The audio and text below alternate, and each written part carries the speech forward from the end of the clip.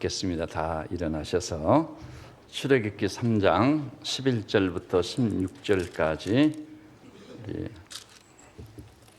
교독을 하면서 이 말씀을 하나님께서 내게 주신 말씀으로 받겠습니다.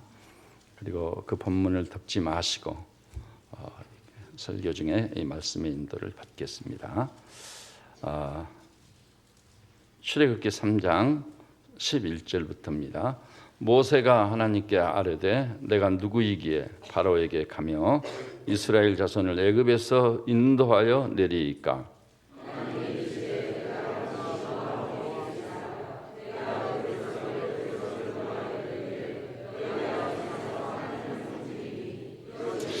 주여. 모세가 하나님께 아뢰되 내가 이스라엘 자손에게 가서 이르기를 너희의 조상의 하나님이 나를 너희에게 보내셨다 하면 그들이 내게 묻기를 그의 이름이 무엇이냐 하리니 내가 무엇이라고 그들에게 말하리이까.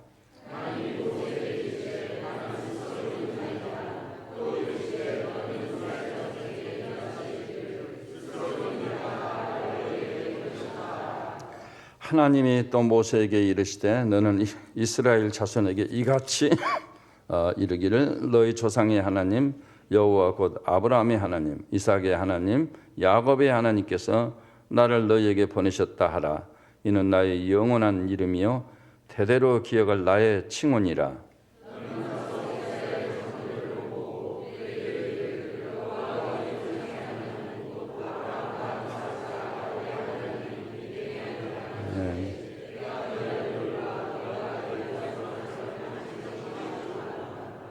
아멘. 예, 착석해 주십시오. 이제 우리가 말씀을 듣기 전 우리 믿음의 식구들하고 잠깐이지만 가장 깊게 만나는 교제의 시간을 갖겠습니다. 예배에서 만나서 기쁩니다. 말씀으로 은혜 받읍시다. 사랑합니다. 축복합니다.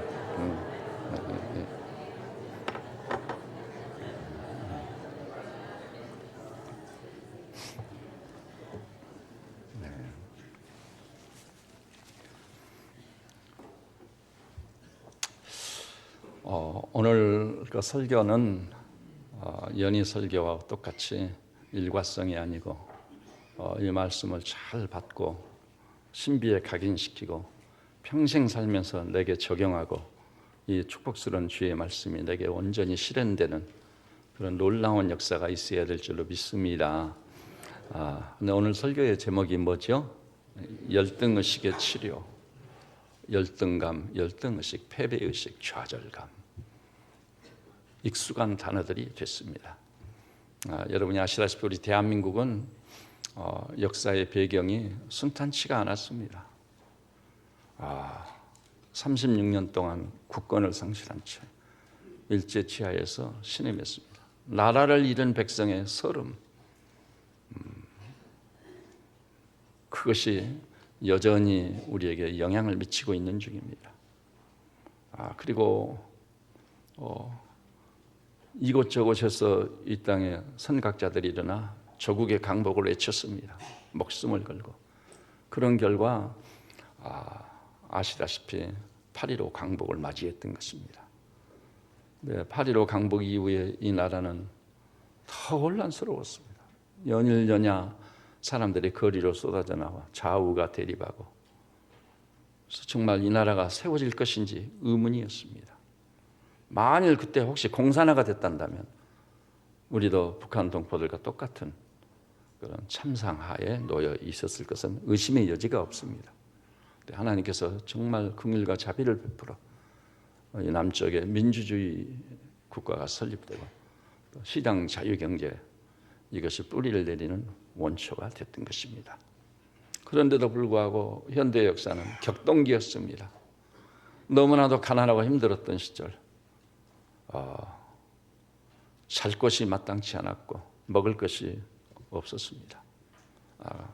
그런데다가 마침내 6.25 참화가 일어나 이 한반도 전체가 초토화가 됐어요. 저는 어렸을 때 6.25 직후이기 때문에 6.25의 참화를 온몸으로 부딪히고 살아남은 분들, 그분들의 그 슬픔과 비통, 그런 좌절과 절망과 그리고 길이 안 보이고 답이 없는 그 시대상 속에 수많은 고아들과 그들을 다 봤습니다. 근데 그것이 제 가슴 속에 인각이 되어가지고 지워지지를 않아요. 항상 어른거립니다.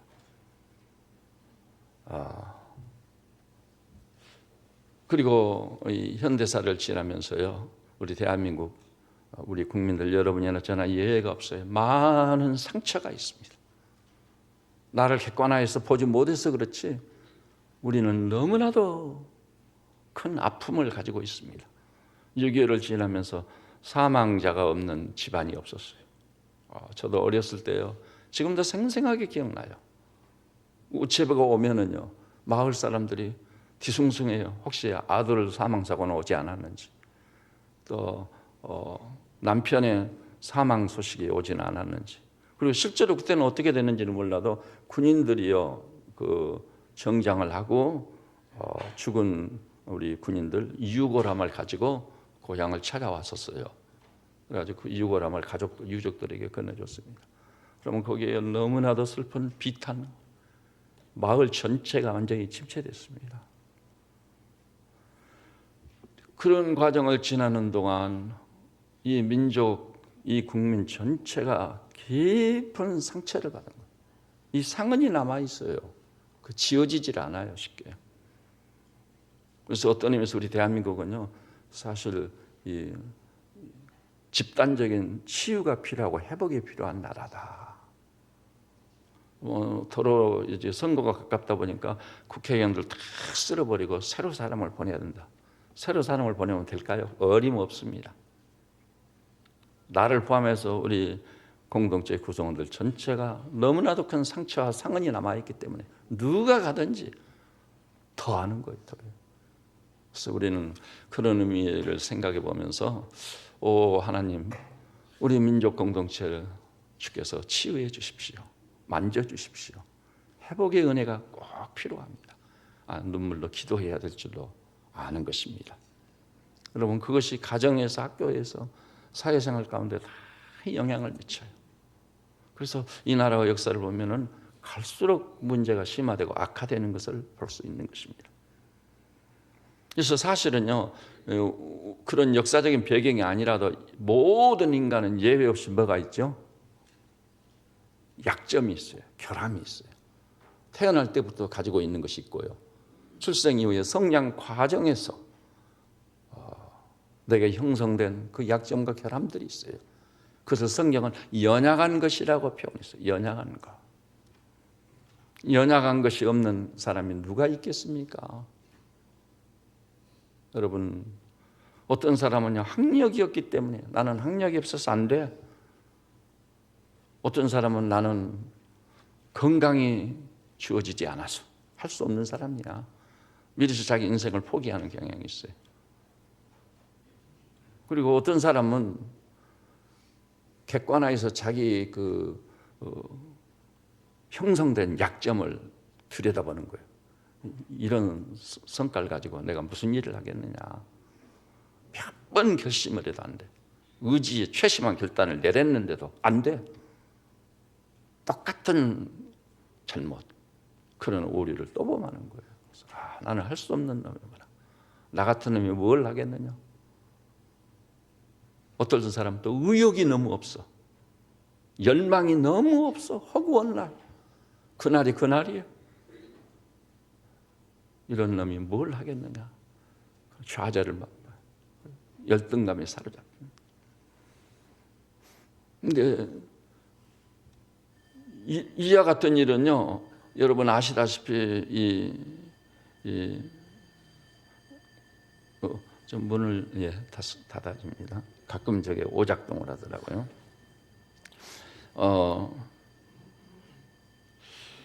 교회 다니는 우리 그리스도인들 가운데서도, 교인들 가운데서도 이런 약점이 치유되고 회복되지 않아가지고 항상 교회가 사람이 모인 것이라 찌그럭찌그럭합니다. 이런 불만 저런 불평 다 나오고요.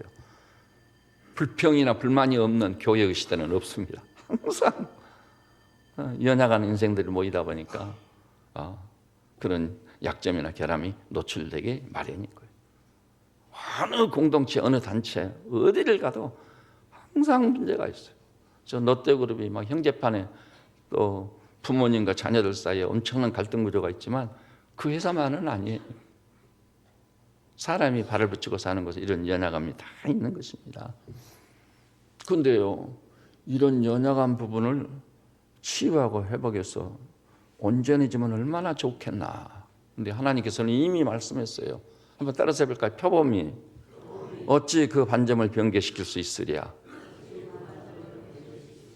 한 번 더요. 굿수인이 어찌 그 피부를 희게 할 수 있으랴. 그렇습니다. 하나님 말씀이요. 표본이 시적이라서 그렇지.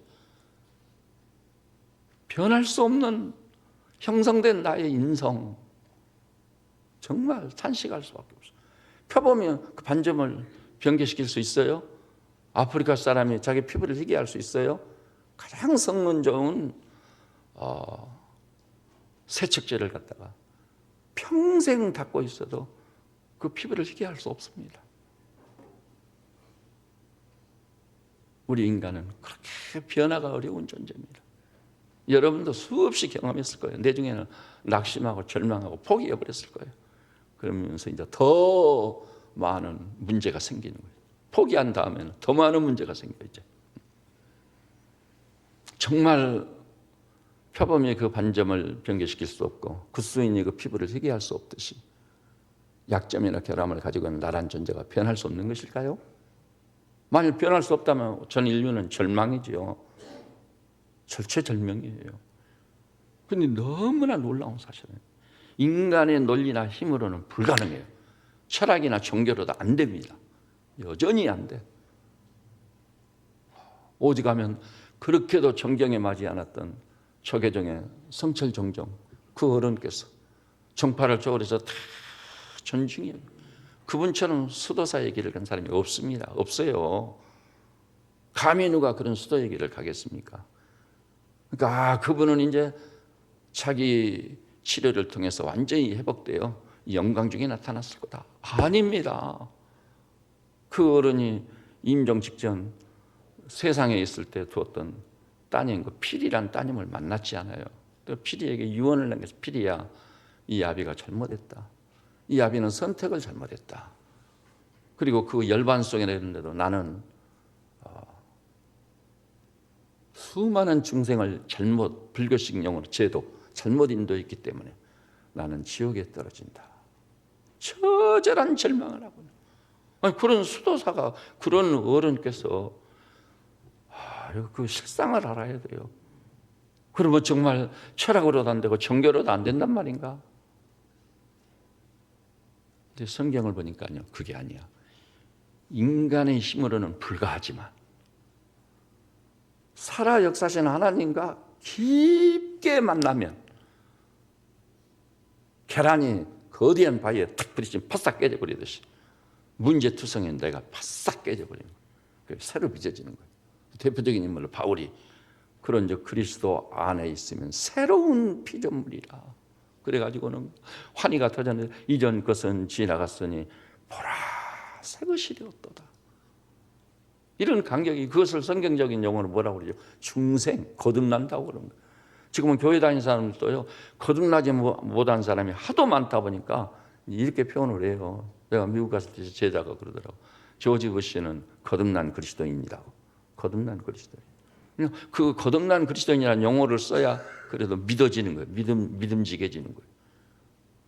여러분, 여기 나온 우리 형제자매들께서는 교회를 얼마나 다녔느냐가 중요한, 어떤 직분을 가졌느냐가 중요한 게 아니고 반드시 성경적 기준을 놓고 나를 평가해 봤을 때 확실히 거듭난 그리스도인들 되시기를 주님의 이름으로 축원합니다. 이 주님과 깊게 만나가지고 하나님 이름은 살아계세요. 그분과 강하게 부딪혀가지고 내 자아가 펄싹 깨져버리고 완전히 하나님 앞에 굴복해서 당신은 살아계십니다. 역사하시는 분이십니다. 그에 비해서 나는 만물에 찢기어 티끌입니다. 어찌하오리까 오 주님, 나를 불쌍히만 여겨주십시오. 그러면 이 과정을 지날 때 내가 다 바꿔지는 거예요.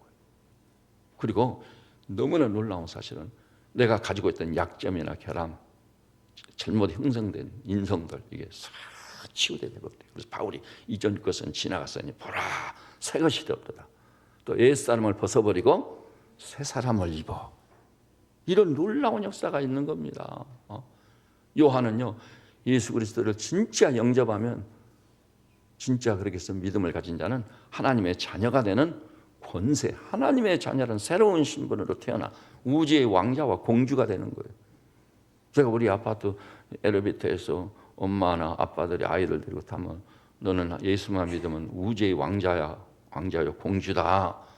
그러면 무슨 말인 거예요? 우주의 공주와 왕자라는. 그런데 그건요, 그 은혜를 받아보고 그것을 경험해 본 사람만 아는 거예요. 나는 우주의 왕자요, 공주다.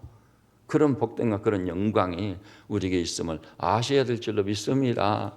저는 우리 한국교회가 교회적으로요, 10%만 중생이 분명한 분들이 있단다면 교회는 발칵 뒤집힙니다.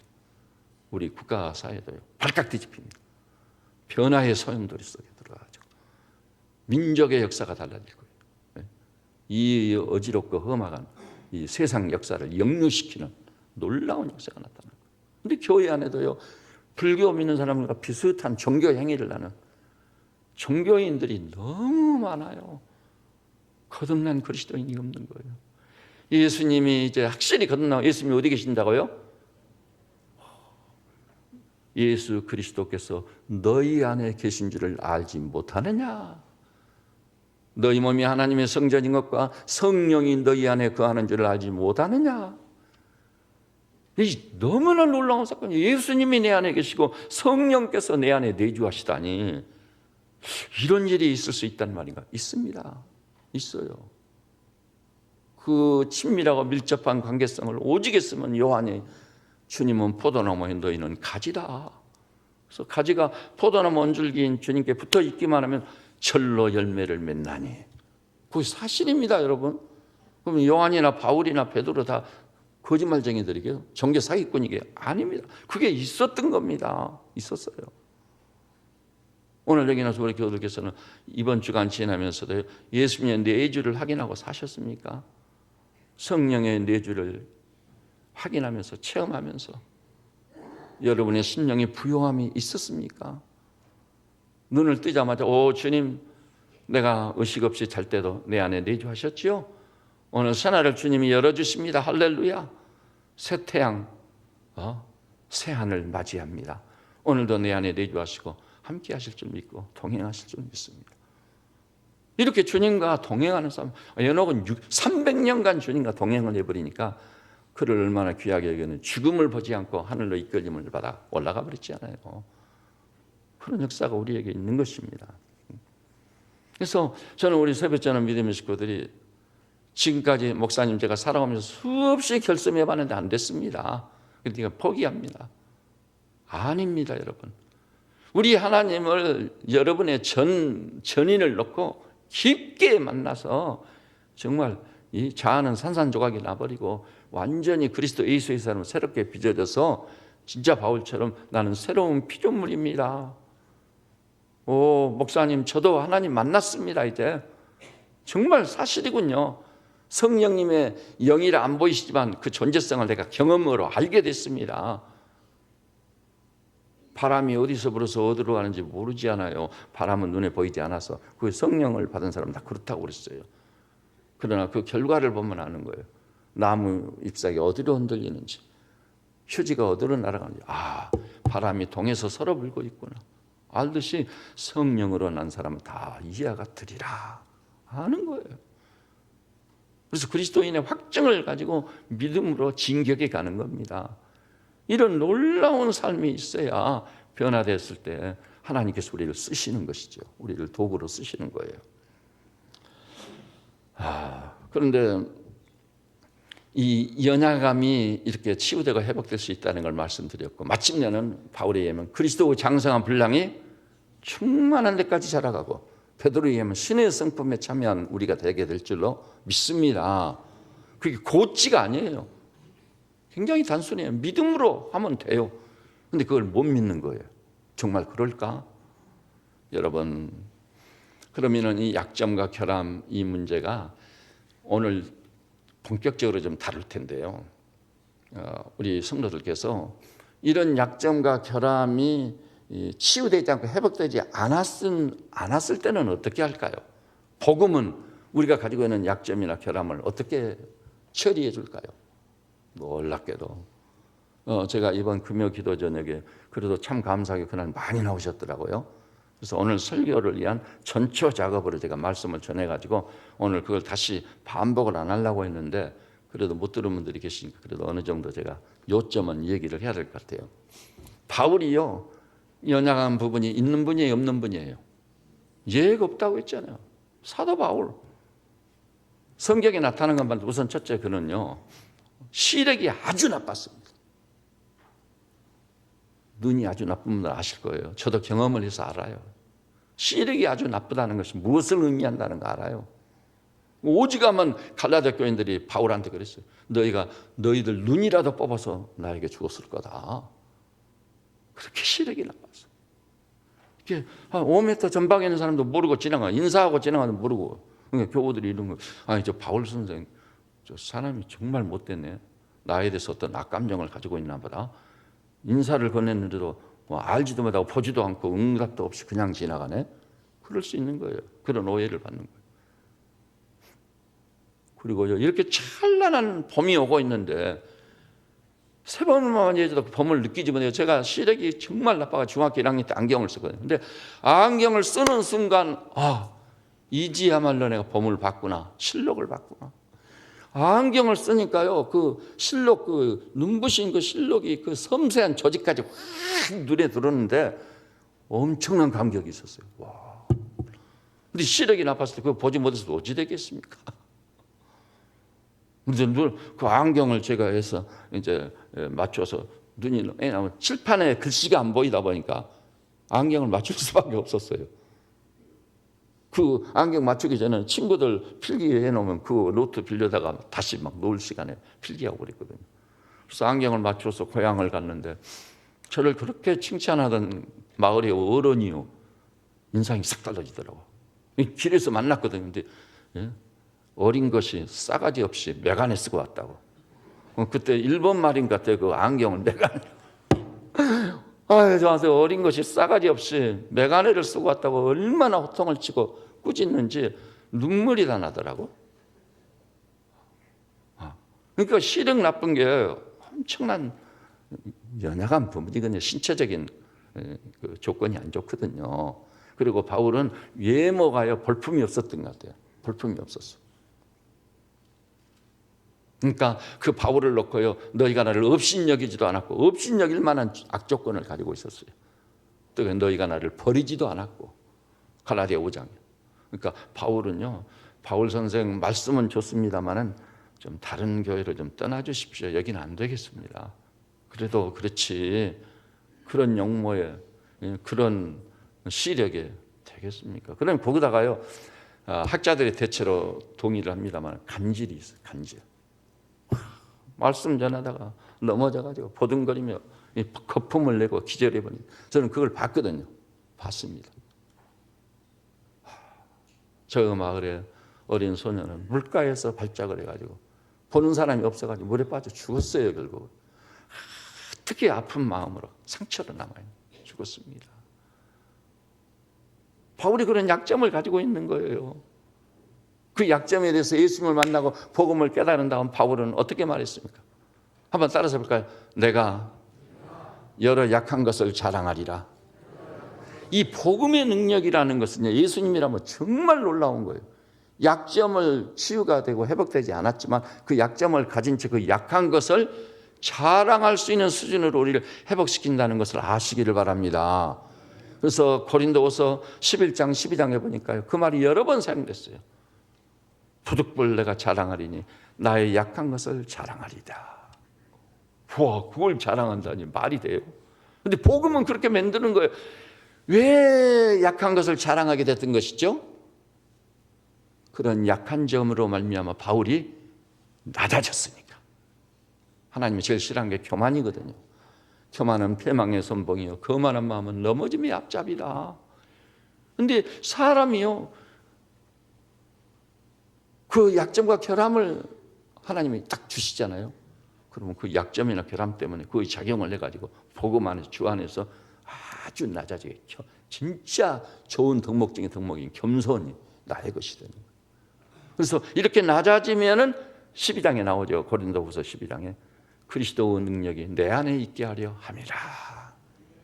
바울이 약해가지고 확 낮아지니까 그 바울의 약점이 보통 약점이 아니었어. 오직 했으면 육체의 가시 곧 사탄의 사자라고까지 말해버렸겠습니까? 어마어마한 거예요. 사탄의 사자. 네. 그 약한 것으로 말미암아 그가 낮아졌고 심히 겸비하고 낮아짐으로 말미암아 그리스도의 능력이 그 안에 있게 된 거. 이것 때문에 내가 약한 것을 자랑하노라 말했습니다. 오늘 여기 나오신 우리 형제자매님들 사람 앞에 내놓기 어려운 사람 앞에 서기 교회도요 사람들이 많이 모이는데 거기 적극적으로 참여하기가 굉장히 어려워. 왜 어렵겠어요? 내게 약점이 있으니까 성격적인 결함도 있는 것이고 어떻게 육신적인 핸디캡도 있는 것이고 그리고 어떨 때는 학력이 없고 뭔 말하는지 알아듣죠. 또 이 재정적인 능력이 너무 없어가지고 입은 것도 초라하고 내가 어떻게 교우들 사이에 낄 수 있을까? 근데 여러분 그런 것을요 복음으로 말미암아 예수 그리스도로 말미암아 그 연약한 부분으로 말미암아 오히려 자랑하는 그 연약함 때문에 오히려 내 안에 그리스도의 능력으로 채워지는 놀라운 역사가 있기를 주님의 이름으로 축원합니다. 그런데요 이렇게 해서 우리가 사실상 치유나 회복이 아니라 극복이 되는 거죠. 극복. 여러분 제가 말씀드렸죠 지난번에 학교라고는 2년밖에 안 다닌 사람이 2년 가지고 뭐 해요? 그 사람이 전원암에 있고 세계적인 백화점 왕이요. 그가 세운 백화점마다 기도실이 따로 있었어요. 그는요 주일학교를 시작해가지고 57명으로 시작해 1만 명이 넘은 주일학생들 유명한 미국의 23대 대통령으로부터 최신부 장관 하라고 저는 못합니다. 왜요? 학력은 2년밖에 학교 간 지 2년밖에 안 다녔습니다. 이런 2년 학력까지 제가 뭘 하겠습니까? 아니라고. 당신의 그 아이디어와 지혜와 지식을 생각하면 지식 학교 공부를 못했지만 학교는 남습니다. 하세요. 그래도 못합니다. 왜 못합니까? 했더니 저는 주일이 되면 반드시 가서 예배 드려야 되고 내가 지도하는 주일 학생들한테 가야만 합니다. 근데 최신부 장관 하면은 어떻게 내가 안식일을 지킬 수 있겠습니까? 그랬더니 그 대통령이 그랬어요. 그럼 당신만 허용을 해가지고 주일날 당신은 자유다. 뭐 강요 회의가 있어도 안 와도 되고 가서 예배 드리고 주일 학생들 돌봐라. 그렇게 해가지고 역대 미국 장관들 가운데 가장 탁월한 장관이 됐어요. 대단한 인물이 됐습니다. 그 사람 학력이 2년밖에 없어요. 여기 학력이 없어서 탄식하는 분들 있습니까? 염려하지 마십시오. 오늘 여기 나오신 우리 교우들 그러나 이 연약한 부분 나의 약점과 결함이 복음으로 말미암아 극복은 할 수 있지만 그러나 그것이 치유나 회복이 꼭 필요해요. 하나님이 우리를 쓰시려고 할 때는 그것이 치유가 되고 회복이 되어야 하나님이 우리를 도구로 쓰실 수 있는 거예요. 지금 우리나라는 진실로 말씀드립니다. 일꾼이 필요한 나라입니다. 통일이 가까운데 진짜 진실한 일꾼들이 필요합니다. 내게 손실이 내게 아무리 불리할지라도 정직을 못 떨어 사는 사람, 심사를 통촉하고 폐부를 시험하는 하나님의 전전의식을 가지고 사는 신실한 하나님의 종들이 필요한 나라인 겁니다. 지금 뭐 내노라 하는 학벌 좋고 학력 좋고 재정적인 능력 있는 사람들 아주 너무 많습니다. 네, 그 사람들이 나라를 경영하고 보니 나라가 이 모양 이 꼴이 안 돼. 능력이 좀 부족하고 역량이 좀 모자랄지라도 진실한 사람, 신실한 사람, 불리할지라도 자기 약점과 결함을 솔직하게 노출시키고 긍휼을 구하고 백성들이 이해를 구하는 그런 사람들이 나와야 돼요. 반드시 나와야 됩니다. 그래서 치유가 되고 회복이 되어야 돼요. 오늘 여기 나서 우리 믿음의 식구들께서는 반드시 바울처럼 그리스도 안에서 새로운 피조물이 되고 이전 것은 지나갔으니 보라 새 것이 되어 온전에 이르는 완전히 치유되고 회복된 하나님의 종들 돼서 그 나라에서 우리 아버지 하나님으로부터 쓰이시기에 합당한 다니엘 같고 다윗 같고 여호사 갈렙 같은 신앙의 장부들 되시기를 우리 주님의 이름으로 축원합니다.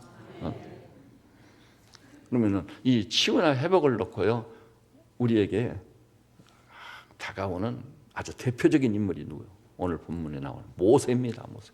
성경에서 예수님을 제외하고는 모세가 이겁니다. 아시죠? 모세가 이거예요.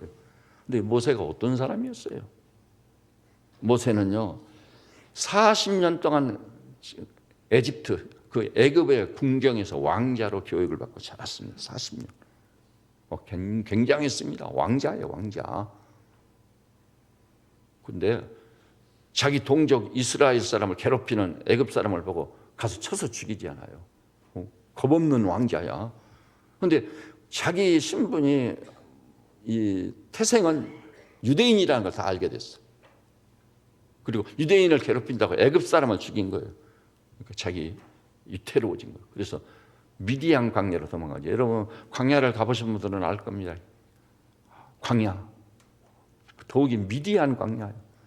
사람 살 건 못 되는데요, 거기. 그 광야에서 40년을 산 거예요. 나이가 몇 살이 된 거예요? 80세가 됐어. 애국 궁정에서 40년, 미디안 광야에서 40년 자그마치 80이 됐습니다.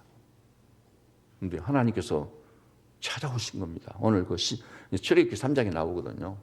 호렙산에서 양을 치고 있는데 하나님이 나타나신 거예요. 떨기나무가 막 불이 붙어서 활활 타고 있는데 또 불은 안 타고 있어. 그래서 이 신묘막측한 이 신기한 광경을 보려고 모세가 접근이 오는 거예요. 그때 하나님께서 이렇게 부르신 모세야, 모세야, 제가 여기 있습니다. 내가 선 곳은 걸어간 곳이니 내 발에 신을 벗으라. 그리고 애굽에서 신음하는 내 백성의 신음소리를 내가 들었노라. 내가 너를 보내니까, 출애굽의 영도자로 너를 보내니까 네가 가서 내 백성을 출애굽시켜라. 출애굽의 영도자로 부름을 받은 거예요. 여러분, 이게 가당치 않은 얘기예요. 미디안 광야에서 40년을 썩었습니다.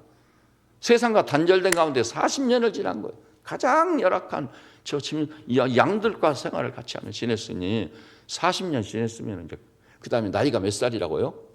80세. 일반 세상 논리로는 어떻게 됐죠? 모세는 끝난 사람이에요. 무슨 어디에 쓸모가 있습니까?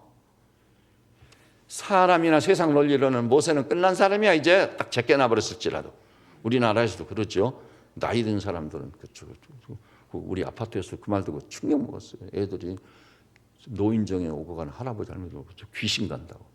머리도 이렇게 허연 데다가 이렇게 몸도 구부정하고 그렇게 보였는가. 근데요, 그건 세상 논리가 그렇고 하나님의 나라에서는 어떠죠? 40년 광야 거기 익숙해져가지고 세상과 단절된 가운데 있었고 80이나 됐어. 80 노인이 뭘 하겠어요? 세상은 끝났다고 보지만 우리 하나님께서는 아닙니다. 출애굽의 영도자로 불어서 내가 너를 쓰겠다는 겁니다. 그래서 40년 광야에서 목동 생활을 한 모세가 변신을 무엇으로? 출애굽의 영도자로. 놀라운 역사. 이런 변신의 역사가 하나님을 제대로 믿는 하나님의 백성에는 일어나야 될 줄로 믿습니다. 일어나지 않는 게 기적이요. 하나님이 살아 역사하시는데 여러분 세상 논리에 침잠되지 마세요. 다 그 사탄의 속임수예요. 우리 하나님께서는 이 마른 막대기로도 아브라함의 자손 되게 하신다고 그랬잖아요. 홍해를 갈라지게 여리고를 무너뜨리고 쓴물이 단물이 되게 하고 바위가 갈라져 생수가 쏟아지게 한 하나님의 심을 왜 안 믿느냐 이것이죠. 그것을 믿는 믿음으로 사는 우리 성도들 되시기를 바랍니다. 모든 문제, 직면하는 문제들은 내가 믿음으로 극복하고 그것에 대해 이기고 승리해야 될 대상인 것이지 그 문제 앞에 내가 굴복해가지고 아이고 내 힘으로 내 능력으로 안 되게 포기해야지. 그게 아닙니다. 바울도 이 모든 일에 그리스도 예수로 말미암아 우리가 넉넉히 이기느니라. 따라서 합시다. 나는 믿음으로 이기는 자가 되겠습니다. 이기는 자가 되세요. 넉넉히, 그것도 넉넉히. 제가 출신이 그러니까 어쩔 수가 없어요. 뭐 형을 보시나 보시고 제가 전라도 출신이라 전라도에 포롯이란 말이 있어요. 포롯이란 말이 무슨 뜻인 줄 아세요? 간신이란 말이에요. 간신이. 포롯이 이기는 게 아니라 넉넉히 이기느니라. 여러분, 앞으로 이 자리에서부터 시작해서 남은 여생은 세상 사람과 똑같이 이것도 만나고 저것도 만날 거예요. 하나님은 은혜 주셔서 피하게도 하시지만은 적지 않은 어려움과 시련, 역경, 환난을 만날 때 그 모든 일에 나를 이해하신 그리스도 예수로 말미암아 넉넉히 이기는 성도들 되시기를 바랍니다. 그래서 우리도 40년 광야 80세 할아버지 그런 내가 변신해가지고 출애굽의 영도자 같은 모세처럼 내 입장에서 내가 살고 있는 지역에서 그 지역을 복음으로 점령해야 돼. 장악을 해야 돼요. 장악을 해야 돼. 그리스도의 사랑을 그리스도의 심장으로. 초대 기독교 공동체 구성원들이 엄청난 핍박을 받으면서 그 로마를 복음으로 점령해 버렸듯이 그런 놀라운, 그래서 민족 복음을 알치는 게 헛된 구호가 아니에요. 여러분이 살고 있는 아파트를 복음으로 그리스도의 심장으로 섬겨가지고 저 사람 보니까 진짜 하나님 살아계신 것 같다. 그래가지고 복음으로 사랑으로 그 아파트 단지 우리 살고 있는 주변 이웃들을 점령해 나가야 돼요. 왜냐하면 그분들에게 하나님의 사랑은 내가 줄 수 있는 최고의 사랑이에요. 구원이에요. 하나님 사랑을 알게, 하나님 살아계시다는 걸 느끼고 깨닫게 해주는 거예요. 왜 그렇게 못 쓰이는 거예요? 그렇게 쓰임을 받을 정도 되면은 가만히 있어도 혹시 알아요, 여러분이? 내중에는요, 그게 되는 거예요. 반장이 되고 통장이 되고 내중에는 알려지기 시작하면은요, 상관없이 그 대통령이 존 아나마이커를 강렬로 발탁에 쓰듯이 그렇게 내가 쓰임받는 놀라운 역사가 있을 줄 압니다. 그래서 어제 제가 세미나에 참석하고 저도 이제 이렇게 살지 않기로 했어요. 제가 이제 당장에 제가 오퍼 읍 찾아갈 겁니다. 그래서 읍장님 만나고 광주시에 가서 시장님 만나고 그것이 공신력을 갖는 것이라는 그 김재영 목사님 말이 맞아요. 그래서 가가지고 떵떵거리는 사람들 다 만나가지고 저는 복음으로 가가지고 그래서 제가 이 행정 조직이나 이런 것들을 복음으로 다 장악을 해야 되겠구나 그런 생각을 좀 했습니다. 우리 교우들은 다 반장하세요. 통장도 하시고 필요하다면 동장도 하시고 가지고 요즘 아파트 부정 비리 부패가 거의 대부분의 단지에 독버섯처럼 그걸 받치기도 어려워요. 지금 아파트 그 관리소의 구조 자체가 안 돼 있어요. 근데 여러분들이 관리소장을 하고 저 사람이 관리소장이면 뭐 볼 필요도 없다고 그렇게 신뢰를 얻을 만한 하나님의 종들로 존재하시고 사시기를 주님의 이름으로 축복합니다. 우리 부인들은요, 여러분의 남편이 돈 벌어가지고 제가 얘기 들었잖아요. 10원 한 장 동전까지 다 책장에 써놔버린다. 왜냐? 아내를 믿으니까. 아내를 믿으니까. 저 사람한테 돈을 맡겨놓으면 내가 관리하는 것보다 더 낫다. 우리는 사람들로부터 완전한 신뢰와 믿음을 얻는 위대한 하나님의 종들이 되셔야 될 줄로 믿습니다. 그런데 모세가 그런 가운데 출애굽의 영도자로 딱 하나님 부르셨습니다. 그러니까 모세가 뭐라고 답변해 버려요? 그 11절 우리 한 목소리로 한번 봐볼까요? 11절 시작.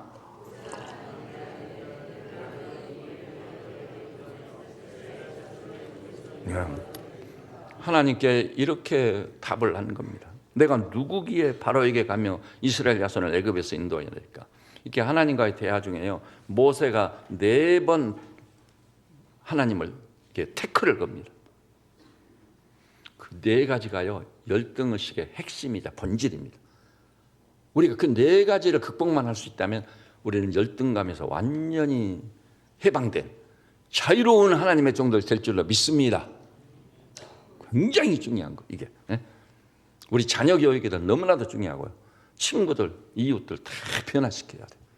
변화시켜야 돼요. 여러분, 아니 모세가 뭐라고 하냐면 내가 누구기에 바로에게 갑니까? 나 같은 놈이 이스라엘 자손을 애굽에서 인도하여 출애굽의 영도자가 되겠으면 안 됩니다. 나 같은 놈은 안 됩니다. 이런 식이야. 이게 뭘 의미하는 것이죠? 열등감에서 학문적인 용어로 표현한다면 자기 상실의 문제가, 자기를 상실해버린 거예요. 애국 궁정에서 왕자로 살던 것은 다 잊어버렸고 광야에서 40년 지나는 동안 나는 쓸모없는 목동이야. 양이나 치고 굶지 않게서 밥이나 먹을 자다. 자기 상실의 문제. 자존감의 완전한 결여, 그리고 한마디로 말하자면 자신의 존재 가치가 전혀 없는 사람이에요. 존재 가치가 없는 거예요. 그러니까 하나님은 내가 누구기에? 내가 누구니? 40년 광야를 지나는 동안 완전히 자신을 잃어버린 모세, 출애굽의 영도자는 가당치도 않은 얘기인 거예요. 여러분, 그런데요, 이런 모세를 하나님이 그대로 방임하십니까? 치료하십니다. 하나님이 치료하시고 회복시키는 거예요. 아까 보니까 4절에 나오잖아요. 떨기나무 가운데 하나님을 만났대. 하나님이요, 그 모세를 이런 부분을 치유시키고 회복시키려고 모세야 모세야 그 이름을 2번이라고 해요. 자기 이름이 하나님의 입에서 불리어졌다는 것은 놀라운 사건인 거예요. 놀라운. 여러분도 기도 중에요, 내 아들아 왔느냐, 내 딸아 왔느냐, 우리 이름 석자를 부르며 찾아오시는 주님을 한번 경험해 봐야 돼요. 그건 내 인생이 확 뒤집히는 놀라운 역사인 거예요. 다메섹 도상에서도 주님이 찾아오셔서 사울아 사울아 네가 어찌하여 나를 핍박하느냐, 아니 네 신이니까 한테 뭐라고 그러죠? 나는 내가 핍박하는 나사렛 예수라. 그때 사울이 뒤집어져서 바울이 돼버린 거 아니겠어요? 그런 역사가 우리에게 일어나야 되는 것입니다. 모세야 모세야, 이 이름을 불러준 이유가 또 있어요. 모세라는 이름의 원래 의미가 뭐죠? 물에서 건진 자다. 구원해는.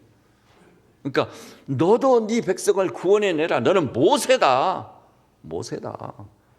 그때 모세가 이유는 잘 모르지만 그 부름 앞에 뭐라고 답했죠?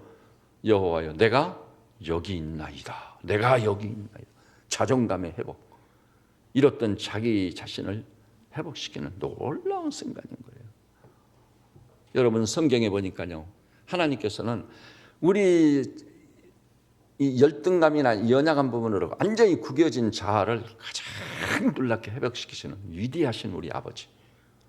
구약에 보니 이렇게 말했죠. 이사야서에 내가 너를 지명하여 불러나니 너는 내 것이라. 와, 정말 놀라운. 이것이요, 믿어진 사람들에게는 복이 있을지어다. 진짜 복이 있는 거예요. 와, 제가 그 말씀 앞에서요, 믿음을 갖게 됐을 때 하늘을 날아갈 때 됐어요. 와, 하나님이 나를, 내 이름을 불러 나를 지명하여 나를 불러주셨구나. 그러니까 그런 우리이기 때문에 어떠냐? 물 가운데로 지날지라도 물이 너를 어떻게 못해? 강을 건널지라도 강이 너를 침몰치 못해? 정말 놀랍구나. 그래서 그런 확증과 확신을 갖게 됐을 때 그 자존감이라는 것은 대단한 거예요.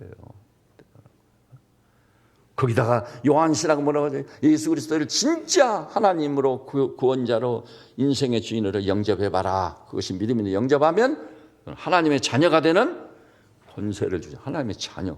제 인생을 엄청난 충격을 가해서 새롭게 빚어놓은 말씀이 하나가 그 말씀이었어요. 맨 먼저 그 말씀 암송했거든요. 와, 영접하는 자, 그 이름을 믿는 자들이 하나님의 자녀가 되는 특권을 주셨느니, 와, 놀랍다. 나는 하나님의 자녀다 이제. 하나님의 자녀다. 하나님이 나의 아버지다. 나는 우주의 왕자다. 이 엄청난 자의식인 거예요. 자의식이. 여러분, 그래서 이 12절 보니까 자기 자녀고 자기 백성에게 자존감이 회복된 그리스도인에게 뭘 약속하죠? 내가 반드시 너와 함께 있으리라. 12절이야. 하나님이 이르시되 내가 반드시 너와 하나님이 함께 하시는 자의 자존감. 너무나 놀라운 거잖아요. 내 생각대로 내 마음대로 내 멋대로 사는 게 행복이 아니에요. 그건 신앙생활 아닙니다. 주님 모시고 순간순간 주님과 속삭이면서, 주님은 신랑이요 나는 신부요, 포도나무요 나는 가지요, 주님과 동행하는 거예요. 에녹처럼. 그보다 놀라운 삶, 행복한 삶은 없는 거예요. 주님이 우리를 내 길로가 아니라 주의 길로 인도하실 줄 믿습니다. 시온의 대로라고 한 거예요. 그걸 시온의 대로를 달려가는 겁니다. 그래서 제가 늘 기도하잖아요. 시대가 아무리 어지럽고 혼란스럽고 경쟁이 치열할지라도 주의 길, 시온의 대로는 열려 있음을 아시기를 바랍니다. 그래서 우리 성도들 삶이 확 달라져야 돼요. 그래서 지금요, 이제 오늘로 이 설교를 사실 마치려고 했는데 분량이 적지 않은 중요한 내용이 남아있네요. 많이가 남아있어서 오늘 너무 길어지면 안 되니까 여기서 마치려고 합니다. 그것은 기억하십시오. 자기 상실, 자존감의 완전한 결여, 이후에 어떻든 그런 분들은 오늘 이 말씀을 통해 하나님의 음성을 들으세요. 내가 너를 지명하여 불러 너는 내 것이다. 네가 나를 진짜 최심한 결정을 내려 나를 유일무이한 구원자로 신성을 가진 하나님으로 내 인생의 주인으로 왕자에 확실히 모신다면 너는 나의 자녀다. 내 아들이고 내 딸이다. 반드시 내가 너와 함께 동행하겠노라. 그래서 이런 새로운 질의 역사가 여러분이 펼쳐서 저는 우리 새벽제는 약물들의 상을 여러분이 지금 나이가 몇 살이든 간에 지금부터 시작해가지고 여러분의 남은 여생이 걸작 인생이 되시기를 우리 주님의 이름으로 축원합니다. 기도하십시다. 주님, 주의 날, 부활의 큰 날, 무덤이 열린 날 우리는 아버지의 집에 올라왔으며 은혜의 보좌 앞에 섰습니다. 오 주님, 우리가 하나님을 알고 예수를 구주로 영접했으니 나의 존재의식이 뭡니까? 하나님의 자녀입니다. 우리 하나님이 나의 아버지가 되셨습니다. 이제 나는 세상 논리대로 사는 자가 아니며 말씀대로 사는, 믿음으로 사는 종이 됐습니다. 그러면 주님이 약속해 놨습니다. 내 믿음대로 될지어다. 이런 복됨과 영광이 우리 성도들 앞에 있게 하시고 또 우리 성도들이 진짜 새벽전원교회 지체들로서 주여 이 팀 사역이든 목장 사역이든 교회 여러 가지 직분을 받다 일하실 때 내가 약점이 결함이 많아가지고 사람들 앞에 나를 노출시키기가 어렵다. 그래서 일도 않고 다 숨어 있듯이 있는 분이 한 분도 없이 주님의 집에서 내 약점과 결함 다 노출시킨 가운데 복음으로 그것을 극복하고 이기면서 일저일 전심으로 기도하면서 믿음으로 일을 해서 그 사역의 연단과 훈련을 받아가지고 오 주님, 이 어지럽고 폐역한 시대를 책임지고 통일조국을 책임지는 가장 뛰어나고 탁월한 다니엘 같은 하나님의 종들로 새롭게 태어나게 하옵소서. 예수님의 이름으로 기도드립니다. 아멘.